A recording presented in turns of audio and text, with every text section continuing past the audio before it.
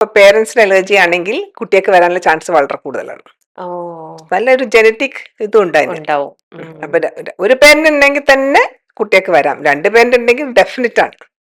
ഓ, ചിലപ്പോ അതൊന്നും ഇല്ലാണ്ട് തന്നെ അലർജി വരാം. അത് അലർജിക് ടെൻഡൻസി എപ്പോ വേണമെങ്കിലും വരാം. ഇപ്പൊ സീ ഫുഡ് ആണെങ്കിലും വരാം. അതെ. അപ്പൊ ആ അലർജിക് ടെൻഡൻസി എപ്പോ വേണമെങ്കിലും വരാം, എപ്പോ വേണമെങ്കിലും നിൽക്കാം.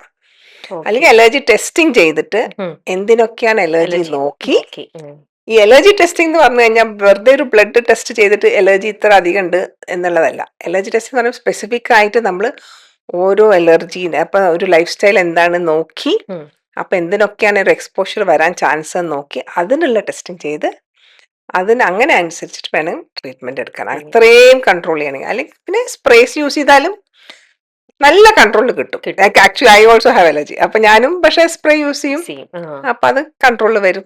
അപ്പൊ നമ്മൾ അറിഞ്ഞിരുന്നു കഴിഞ്ഞാൽ പിന്നീട് നമ്മുടെ മുന്നോട്ടൊരു നമുക്കിത് നമ്മൾ കുറച്ചും കൂടെ കോൺഷ്യസ് ആയിട്ട് നമ്മളെ ചെയ്ത് കഴിഞ്ഞാൽ ഒരു പരിധി വരെ നമുക്ക് അതിന്റെ കൺട്രോൾ, എസ്പെഷ്യലി മഴക്കാലം വരുമ്പോൾ നമുക്ക് കൺട്രോൾ ചെയ്യാൻ പറ്റും.